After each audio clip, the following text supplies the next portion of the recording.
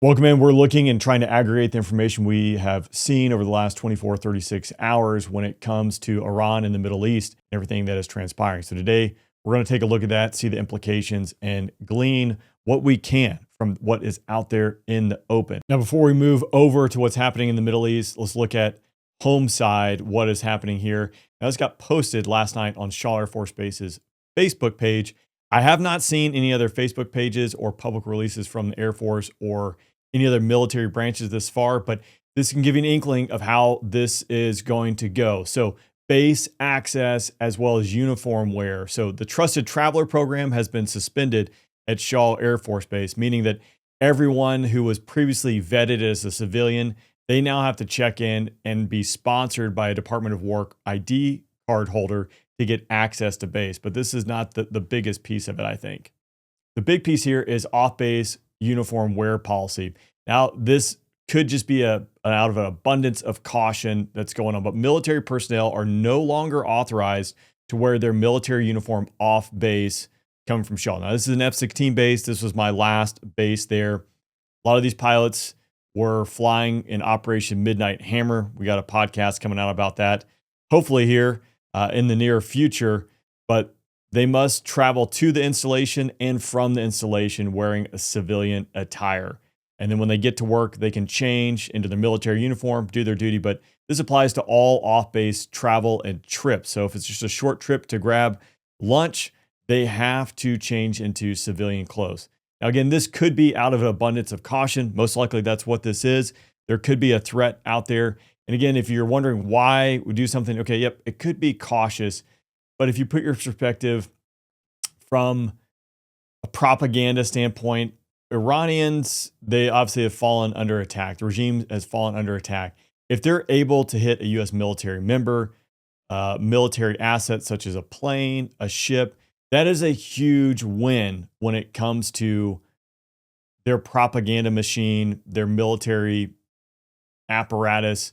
While it might be at the tactical level, down at the very bottom, it has strategic level implications from them. So again, don't want to get overly dramatic when it comes to something like this, but this is a big deal. I have not seen this maybe outside of one instance, which is like a localized at a base because maybe there's some tensions in that local region that are going on, but this is all the way back in the United States.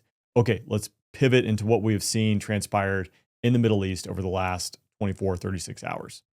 It all started around 9:45 a.m. local time in Tehran on the morning of February 28th. The United States kicked off Operation Epic Fury, the Israelis Operation Roaring Lion, striking 900 targets across 17 provinces in Iran alone. The Israeli Air Force saying they dropped 1,200 bombs in 24 hours. This is definitely the largest combined coordinated strike, I think, in modern history.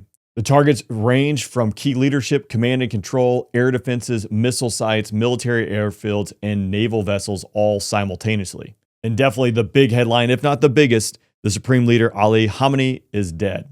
Now, Iran didn't sit back and just take this. They launched dozens of drones, ballistic missiles, all towards Israel and U.S. bases across the region and civilian cities. Jordan, Kuwait, Bahrain, Qatar, Iraq, Saudi Arabia, and the UAE, all recipients of Iranian one-way attack drones and ballistic missiles. This is clearly not a one-sided war or conflict. It is expanding, and it seems to be ever more so dynamic. When we look at the United Arab Emirates, their Minister of Defense has put out a statement saying that the United Arab Emirates Air Force and Defense Forces have so far dealt with 165 ballistic missiles, 2 cruise missiles, and 541 Iranian drones. And then on day 2, the second day of the attack, the UAE Air Force and Air Defense Forces destroyed 20 ballistic missiles, with 8 that fell into the sea. They destroyed 2 cruise missiles and 311 drones. However, 21 drones struck civilian targets. Now, social media has been filled with strikes inside Dubai, Bahrain, Qatar, with some pretty wild ones. I would like just to step through a few of these in case you haven't seen them yet, just to see what has transpired. To me, it is pretty wild. When we look at this, this is inside Dubai International Airport. I was just there a few weeks ago, so it is kind of surreal to see this. Several attack drones, it appears, hit the airport with a few injuries, no deaths in Dubai. The interesting aspect here, I think, is you have Dubai being targeted with no U.S. military presence there. That would be in Abu Dhabi, but clearly Dubai has been hit several times. Now, this is the Burj Al Arab. This happened early on. This is, an iconic hotel in Dubai, recognized around the world, looks like a sail. You put it on par, probably some of the iconic landmarks around the globe. Clearly, nothing strategic when it comes to military operations from this hotel. Symbolic when it comes to a strike like this, I believe. Again, inside UAE, we have the Mall of Emirates, which is just a massive fire after being struck by these one-way attack drones. Fortunately, it's being reported that there are no casualties or significant injuries coming from a lot of these strikes. And here we have the Burj Khalifa, the tallest building in the world there, with intercept happening right behind the field of view. And again, as I think about it, you have a lot of symbolism when it comes to these buildings being iconic landmarks in these countries.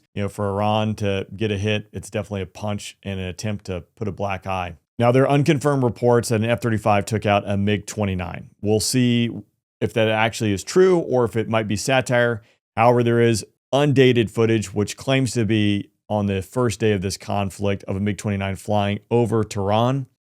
Brave soul in that MiG-29. Their Raptors just salivating, hoping to get a MiG-29 kill on the side of their jet there. Now, Israel has released targeting pod footage of what appears to be an F-4 and F-5 waiting to take off that were struck at Tabriz Airbase in East Azerbaijan province in northwestern Iran. It wouldn't even be a fair fight if these guys got airborne. You basically have a Honda Civic going up against a Ferrari. So again, quite a dynamic scenario. The interesting piece here, the amount of attacks Iran has launched against its neighboring countries, specifically civilian targets. It'll be interesting to see how this plays out. Rather than just striking military targets, which you could assume would be expected and part of all of this, now striking, again, iconic landmarks, airports, hitting civilians. Will it galvanize Gulf countries to join in? How this one plays out will be interesting. Now, it appears mixed reviews. We have seen social media videos of cheering, fireworks going off inside Iran. Meanwhile, in Pakistan, we have protesters that attacked the consulate and were fired upon by U.S. personnel or personnel charged with protecting the embassy. A lot of emerging details, but acting in self-defense, resulting in, it appears to be 9 deaths of protesters there in Karachi and 20 were wounded. So again, I think this is to be expected, and we saw the force posturing with Shaw Air Force Base. I imagine more will follow suit, just as we see how this will play out over the next couple days. Make sure if you're new here that you subscribe. That way you don't miss any future ones, and hitting that notification bell will, again, keep you apprised anytime we drop an episode. We also have a newsletter that's absolutely free that you can join down below as well. Drop any comments and questions you have down below, and I'll see you next time.